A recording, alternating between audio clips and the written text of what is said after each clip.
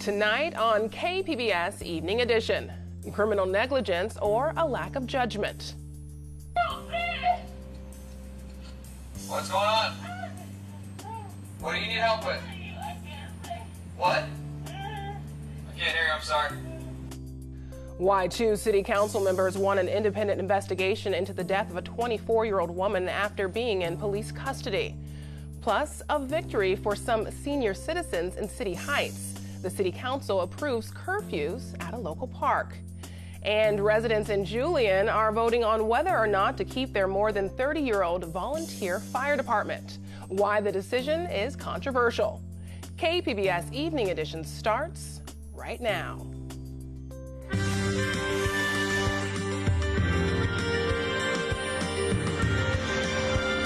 Good evening. It's Monday, March 18th. Thanks for joining us. I'm Ebone Monet. 2 San Diego City Council members are calling for an independent investigation. They want more information about an encounter with police and a 24-year-old woman who became unresponsive while in police custody. Aaliyah Jenkins later died at the hospital. KPBS reporter Matt Hoffman explains why council members want another look at the incident. Matt? District Attorney Summer Steffen says the arresting officer cannot be held liable for Jenkins' death. Body cam video shows Jenkins asking multiple times for help. Now 2 San Diego City Council members say they have more questions and are asking the State Attorney General to investigate. We want to warn you, what you're about to see might be disturbing. No, I'm just, my stomach's just hurting. Okay, just stay right there. After vomiting and telling Pregnant? police she was pregnant, paramedics were called off. Hey, don't worry about it. But then on the ride to police headquarters, Jenkins' condition seemed to change. As the drive continues, the officer asks Jenkins about her outbursts. Miss Jenkins. Yeah. Still want water? Is that what's going on? Miss Jenkins? Thank you. Just want to make sure you're okay. Council President Georgette Gomez says she's deeply troubled about the treatment of Jenkins while in police custody. What's going on? Gomez says the officer's body camera video clearly shows a decline in Jenkins' well-being. Just be careful you don't hurt yourself, okay? What's going on? What's going on? What? What's going on?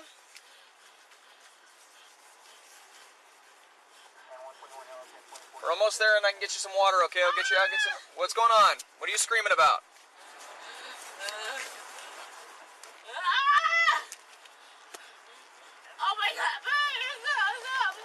Councilwoman Monica Montgomery says it was heart-wrenching hearing Jenkins ask for help with no assistance. Well, stay awake, okay? At one point, the officer pulled over to check on her. Okay, watch your head. Watch your head.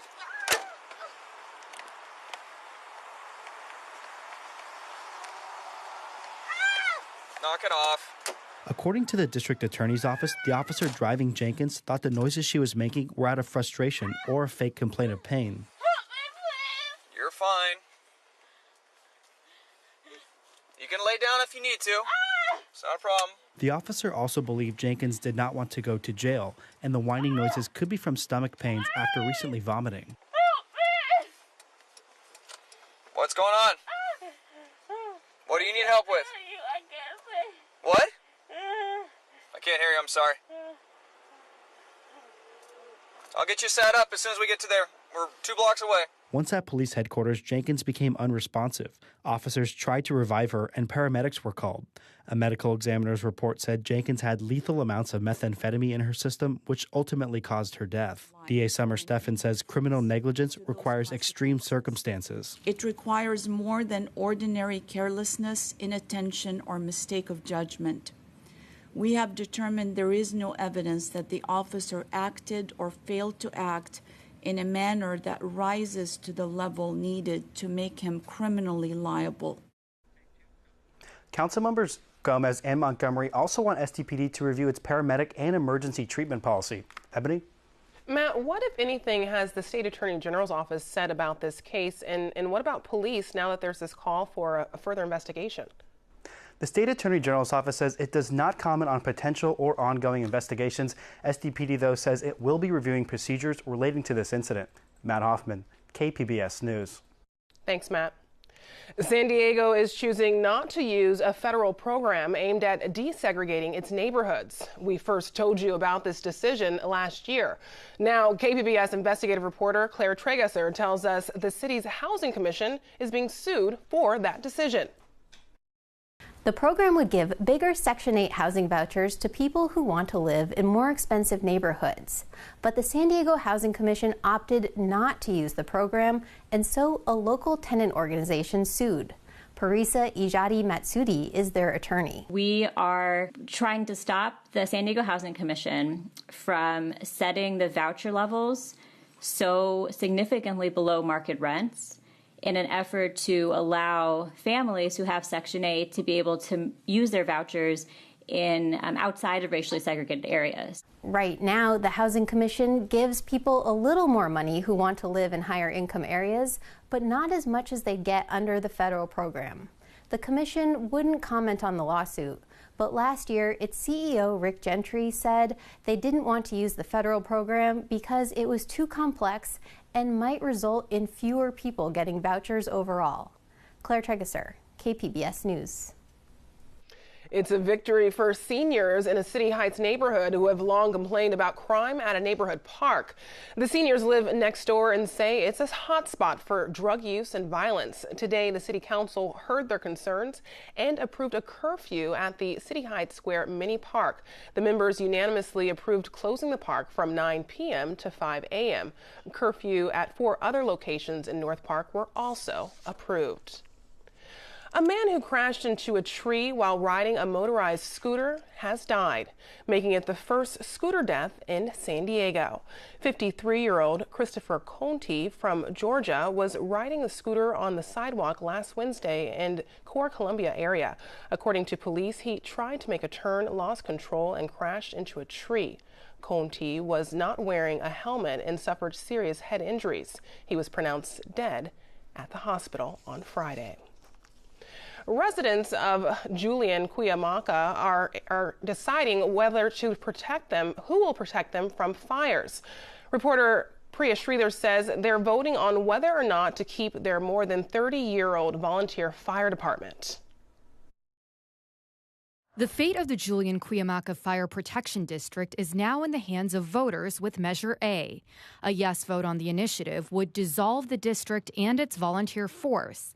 Fire protection would then be handed over to the San Diego County Fire Authority. And there's a lot of small government people up here who just do not trust anything bigger than their neighbor. Michael Hart is the editor of the Julian News and has been covering the fire department for years. The average person that lives in Julian is confused because they don't know what to believe.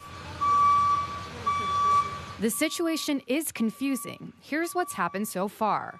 Last year, the Fire Protection Board voted to dissolve the district and consolidate with the County Fire Authority. The county, which contracts with CAL FIRE, moved into the Julian Fire Station in June. But since then, the volunteers and their supporters gathered enough signatures in a petition to bring the issue to this week's vote. What would happen is the San Diego County Fire Authority will take over the district. And that would then make Julian Cuyamaca the last small district to join the fire authority. It gets even more complex. The board members who voted to dissolve the district have since resigned or been voted off the board. Now everyone on the board supports the volunteers. Bill Everett is one of the new board members. We had over 800 signatures for people that wanted to see this go to the ballot, and 99.9% of those people are pro our fire district and pro our volunteers. But that's not all there is to this issue. Money is also a concern. Last fall, Julian residents voted against a measure to increase funding for the volunteer district. Despite that, the new board believes they have enough money to sustain the volunteers. We're just simply going to make it work. That's part of what our strategic plan is about, is to make sure that we have the financing and the funding to be able to provide the service that we say we're going to provide. That strategic plan was not finished when we talked to him. But not everyone in Julian thinks the volunteers are the community's best option. Carl England heads up the Yes on Measure A campaign. He thinks it makes more sense to work with the county. It doesn't seem rational to most people that we would turn down $2 million a year and a full-time 24/7, 365 days a week professional fire organization. The union that represents CAL FIRE firefighters is also supporting Measure A. They say if it fails, there won't be an automatic aid agreement for responding to emergencies in the area. Patrick Walker is the vice president of the union chapter for San Diego County. He says CAL FIRE would respond to wildfires, but what it is the 99 other calls we have to go to. The person that crashes on a sled or crashes on a 78 coming to visit or went to go get a pie, and gets on a head-on collision. Those are the calls that we need to be concerned about. Ballots in the special election are due on Tuesday and are set to be counted on Thursday. Priya Sridhar, KPBS News. Volunteers are currently manning the Julian Fire Station while they wait for the outcome of the election. The San Diego Regional Chamber of Commerce is heading to Mexico City at the end of the month with nearly 100 U.S. and Mexican business and community leaders. KPBS border reporter Jean Guerrero explains what's happening. This Mexico City trip will be the Chamber's first under Mexico's new president, Andrés Manuel López Obrador. They'll be advocating for projects to benefit the San Diego Baja region, such as federal funds for Otay 2, a toll-operated port of entry still in the planning stages. Paola Avila of the Chamber says Mexico's new president has already taken steps to benefit the border region, such as cutting the border value-added tax in half. The new president of Mexico, López Obrador, recognizes the border region as an economic engine, something that actually in the past has not been done. The delegation will also be pushing for more action on the cross-border pollution problem in the Tijuana River Valley and finalizing the new USMCA trade agreement, which has yet to be ratified. Jean Guerrero, KPBS News. Today, the Supreme Court decided it will not consider San Diego's pension reform Proposition B case. Last year, the state ruled that the city broke state labor laws when it placed the measure on the ballot. And here to explain what it means for the city of San Diego is KPBS Metro reporter Andrew Bowen. Andrew, welcome. Thanks, Ebony.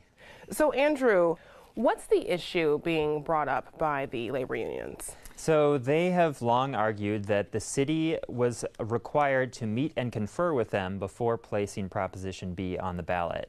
Now, Proposition B was a citizens' initiative. It was placed on the ballot via a signature gathering campaign.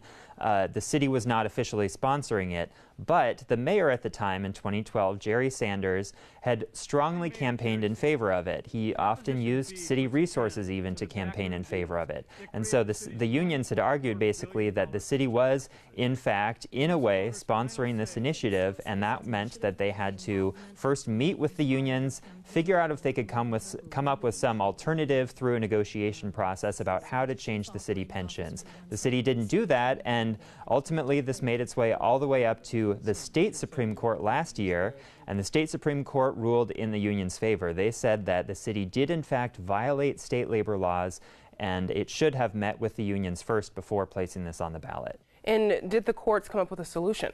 They did not. They actually sent this back down to a court of appeal, the 4th District Court of Appeal here in San Diego, and they ordered that lower court to determine how to fix this problem. So the city violated the law, and the lower court now has to decide how do we fix that violation.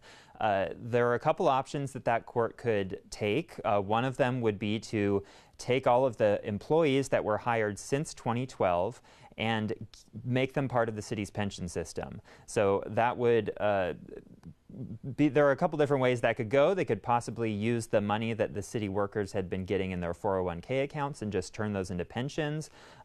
We don't know exactly how that would play out because it would be the process of a long negotiation as well. They also have to determine what to do about Proposition B. Prop B is still in the city charter, even though this violation took place according to the state court. And so will the Court of Appeal invalidate it? Will they require the various parties to work out some other fix?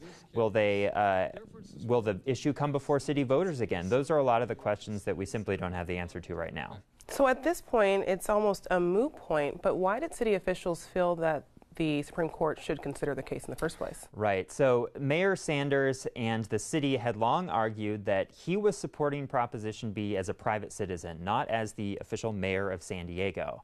The High Court of the state, the California Supreme Court, ruled that that argument ignores the fact that he is the city's chief executive officer, the chief labor negotiator, and he has certain obligations when it comes to state labor laws. You can't just decide when you're speaking as a private citizen and when you're speaking as mayor, especially when you're kind of muddling those two things throughout the campaign. And so the city had asked the U.S. Supreme Court to review this case on First Amendment grounds, saying that, you know, his campaigning for the measure was protected First Amendment free speech. The High Court didn't give a reason why it declined that argument, but there is a longstanding precedent that there are limits to the First Amendment, and this appears to be one of them. So the state court decision stands. What happens next? Right. So the Court of Appeal has 90 days to issue a ruling. That will come sometime in the next 3 months.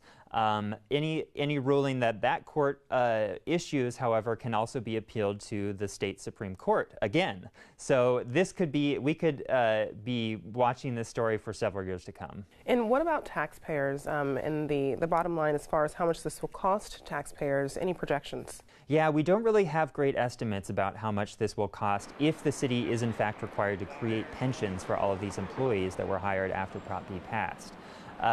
If they're allowed to use the money in those 401k accounts to add to the pension system, then the burden to taxpayers would be a little bit lighter.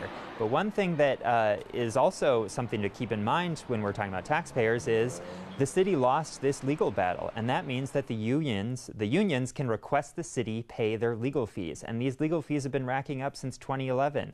And so the city, in losing this case and violating the state labor laws, has a price to pay, and the longer that this case is drawn out, the higher those legal fees could be. Thank you for following this story and explaining it all to us. Andrew Bowen, KPBS Metro reporter, thank you for joining us. Thank you, Ebony. I'm Judy Woodruff. Tonight on the NewsHour, New Zealand reflects on what could have been done to prevent the massacre at the mosques.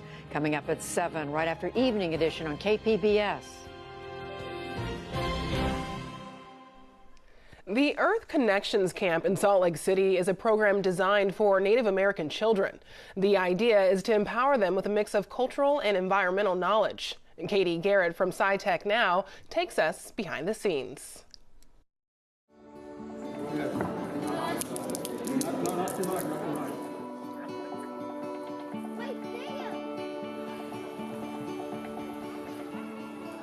The reason why we have this camp is twofold. The first is to get these students involved in their education, to have a baseline in terms of what they need to learn and, you know, some of the challenges that they have in education.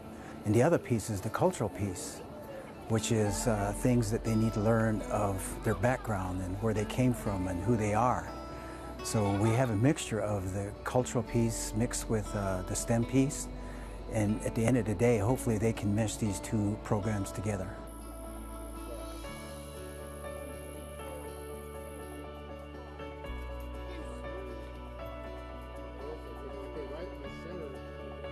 So like yesterday we had 100 pennies and we had to decide which percentage of the water on Earth goes to like oceans, lakes, rivers, or streams and stuff. That was fun.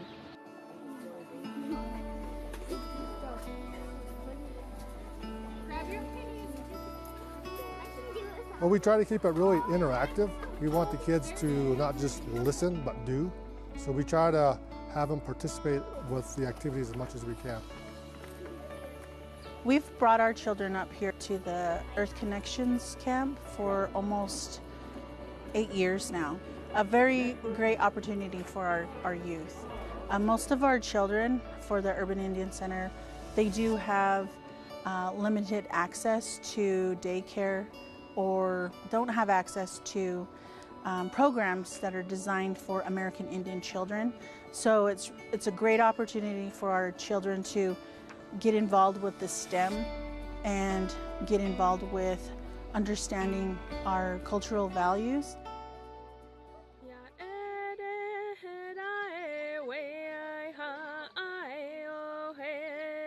I thought this was important from the very beginning because Indian tribes have ownership of many, many water rights and land rights on our native lands. And it's important for our youth to be able to know how this impacts their community. They have to know legally what impacts them as Indian nations. And going into the future, we have so many of our natural resources, water, land, minerals, oil, whatever it may be, with all kinds of companies around us just waiting to get their hands on it.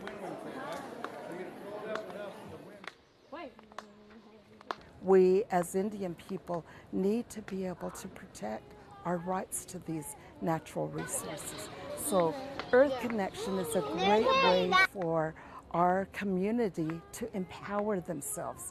We mix cultural information with STEM teachings about water, about land, about plants, animals, and indigenous peoples. And the whole state of Utah. We're right here in this beautiful, beautiful place that we all share. It's good for us to know the history of this place, who lived here.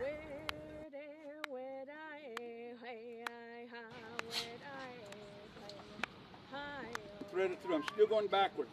Wait. I don't know.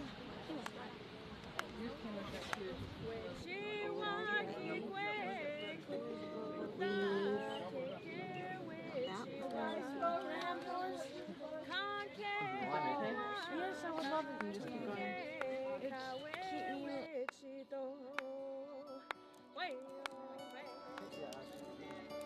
It really makes me feel happy because we were here and we helped make this country great. This camp has helped me with history classes, because then when I go and learn about Native Americans, I've already known because of this camp and my grandma and stuff, so it just I already know about it, so it's just fun to see what other teachers say about it. It makes me feel a ton better to just understand what it means for me and my family and everything, and makes my family happy and me happy. It was a warm weekend and start of the work week, but change is on the way. Meteorologist Erin Calandra shows us what's ahead for the rest of the week. Good evening. I hope you had a wonderful Monday. Take a look at this satellite. Not much going on. It is a quiet day. Temperatures in the 70s today. Lots of sunshine. A beautiful day to be outdoors. And much of California looks kind of like that. Nice and clear. Notice what's going on in the Pacific. That's going to be our next storm moving in by midweek. We are going to see some showers creeping in. So for tonight, we're at 55 degrees for our low, clear with a moonlit sky. You'll see all sorts of stars if you're looking. It's going to be like that across the whole county. Oceanside at 50 degrees tonight for the low. Ramona at 44 and Mount Laguna reaching 41 degrees. Tomorrow, expect to see another beautiful day. It's nice and warm. We're slightly above average temperatures, mainly in the 70s, and we have that sunshine. So it's looking beautiful for anything outdoors tomorrow. A-OK. Oceanside at 65, Ramona at 71, El Cajon coming in at 74 degrees for those highs. And Borrego Springs, we're in the mid-80s with sunny skies. Now expect to see this low pressure system come driving in off the Pacific on Wednesday. That means we'll see some showers, and that will continue into Thursday as well. After that, we dry out and we'll have our warmer temperatures back. So here we are for the coast. Showers on Wednesday, spotty, and more sunshine with some leftover showers on Thursday. Notice temperatures dipping to 62. Friday and Saturday, it will be sunnier, and we are slowly getting a little bit warmer, up to 65 by Saturday. Inland, you'll see those spotty showers Wednesday, and more clouds, maybe a couple of showers lingering on Thursday at 61 for the high. But by the weekend, again, it's sunny, and we're in those upper 60s. In the deserts, it's going to be pretty cool. Cooler trend down to 68 for the high on Thursday, but we do expect you to stay dry, just becoming a bit chillier, and we'll be in those mid-70s by the weekend. And in the mountains, we could see snow, but that's going to stay above 6,000 feet. So a couple of showers, mixed snow on Thursday, sunnier skies, and in the 50s by the weekend. For KPBS News, I'm Erin Calandra. Have a great night. Now for a look at today's top stories. 2 San Diego City Council members are calling for an independent investigation into the treatment of a woman who died after being in police custody. Georgette Gomez and Monica Montgomery want the California Attorney General to do its own independent investigation and SDPD to review its paramedic and emergency treatment policy. It's a victory for seniors in City Heights who complained about crime at a neighborhood park. Today, the City Council approved a curfew at the City Heights Square mini park. It will be closed from 9 p.m. to 5 a.m. A man who crashed into a tree while riding a motorized scooter on Friday has died, making it the first scooter death in the city of San Diego. You can find tonight's stories on our website, kpbs.org/evening edition. Thanks for joining us. Have a great night.